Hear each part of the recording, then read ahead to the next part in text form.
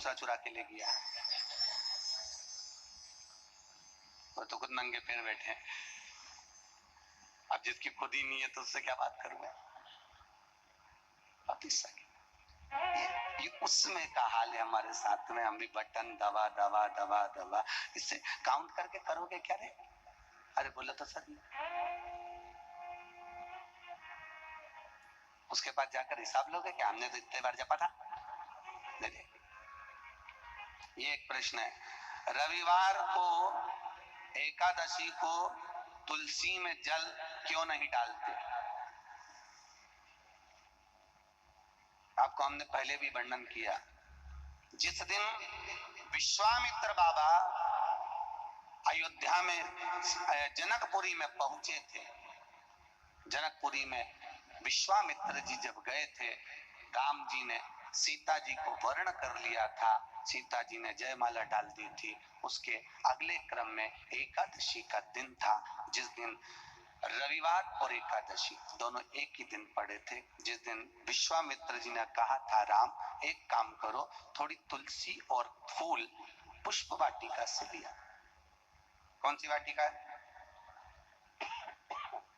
2 वाटिका रामचरितमानस में वर्णन करी, एक पुष्प वाटिका और दूसरी अशोक वाटिका। पुष्प वाटिका योगी की है, अशोक वाटिका भोगी की है, बस अंतर।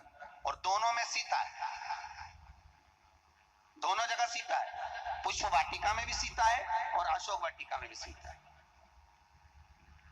दोनों जगह। अर्थात शास्त्र कह रहा है कि योगी तप करने वाला, साधना करने वाला, भजन करने वाला, स्मरण करने वाला, इनके भी चित्त वृत्ति में भगवान रहेगा, और जो पाप करेगा उसकी भी चित्त वृत्ति में भगवान। राम सीता से कहो अब हम आपको नहीं भेज रहे हैं कि आप जाइए पुष्प वाटिका से पुष्प लेने, सीता को भेजो। क्यों? सीता को, सीता की वाटिका है, सीता ला सकती है। आपको आज्ञा लेना पड़ेगी तब आप ला सकते हो।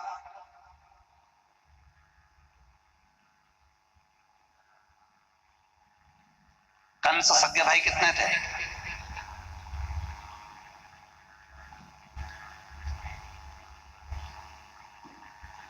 कितने भाई थे कंस? 8। सज्ञ भाई कितने थे कंस? 8 भाई। केवल उसमें कंस ही ऐसा क्यों था?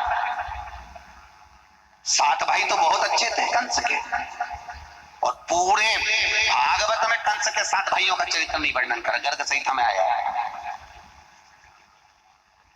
7 भाई बड़े धर्मात्मा, पुण्यात्मा, भजन वाले, कीर्तन वाले, स्मरण वाले, पर कंस ही ऐसा क्यों निकला? क्योंकि ये कंस पूर्व समय में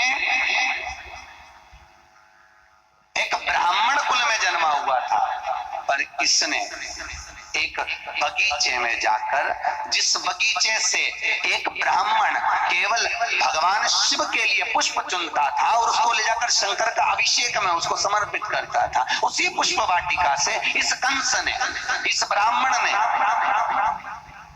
जो वेश्यागामी था, उस वेश्या का श्रृंगार करने के लिए वहां से फूल चुन लिए और घर पर जाकर उससे बेणी तैयार कर वेश्या को दी। महाराज, वो फल को भोगने के लिए, ब्राह्मण होने के बाद भी कर्म को भोगने के लिए उसका कंस का जन्म हो गया। हमारा किसी के बगीचे का, फिर वही बात आ गई चोर, वही फिर बात आ गई चोर कितने प्रकार के।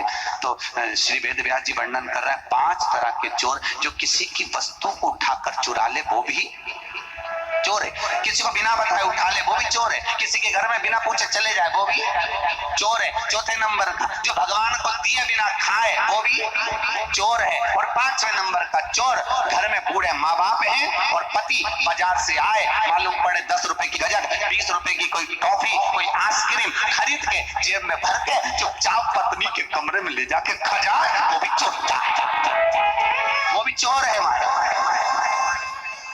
वो भी चोर।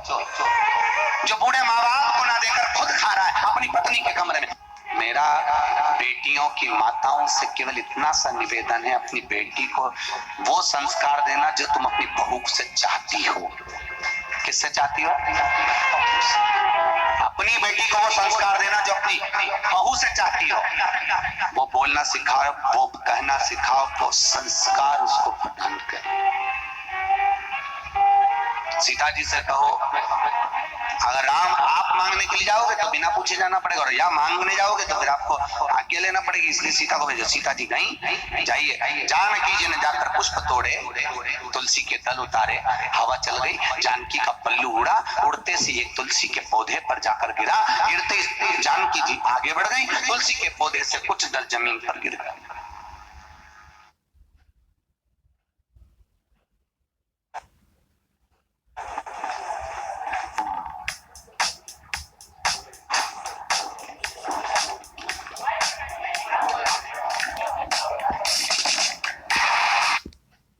जमीन पर गिर गए।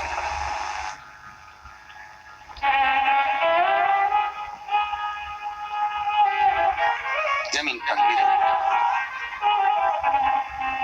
जानकी जी फूल और तुलसी लेकर आई, राम जी को दिया, राम जी ने विश्वामित्र बाबा को दिया, विश्वामित्र जी शालिग्राम जी को चढ़ाने वाले थे, इतने में तुलसी के दल गीले हो गए। तुलसी का दल गीला, आपको मालूम होगा पानी के लोटे में पड़ा हुआ फूल निर्माल्य हो जाता है।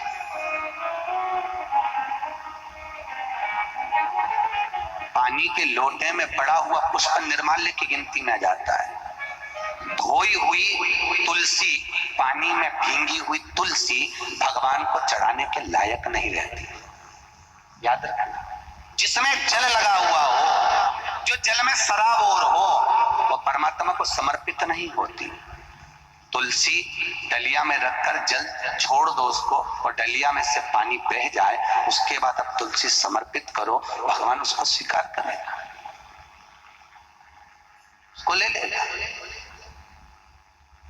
जल के पात्र तुमने बाल्टी, तुम सुबह सुबह गए, एक बाल्टी कलश हाथ में था, यहाँ से फूल तोड़े उसमें डाल दिया, कलश में तोड़ तोड़ के डाली और मंदिर में जाके भगवान को चढ़ा दिया, तो ये बासे फूल कौन भगवान? जब तुमने जल देव को वो पुष्प समर्पित कर दिए हैं तो वो फूल चढ़ाने का लायक नहीं। अगर वही पुष्प तुम डलिया में रखते और उसमें पानी डाल देते तो चढ़ाने के लायक हो जाता, पर जल के पात्र में अगर पुष्प पड़ा है, जल के पात्र में तुलसी पड़ी है, तो वो फिर चढ़ाने के लायक नहीं। तो समर्पण का भाव नहीं रखा,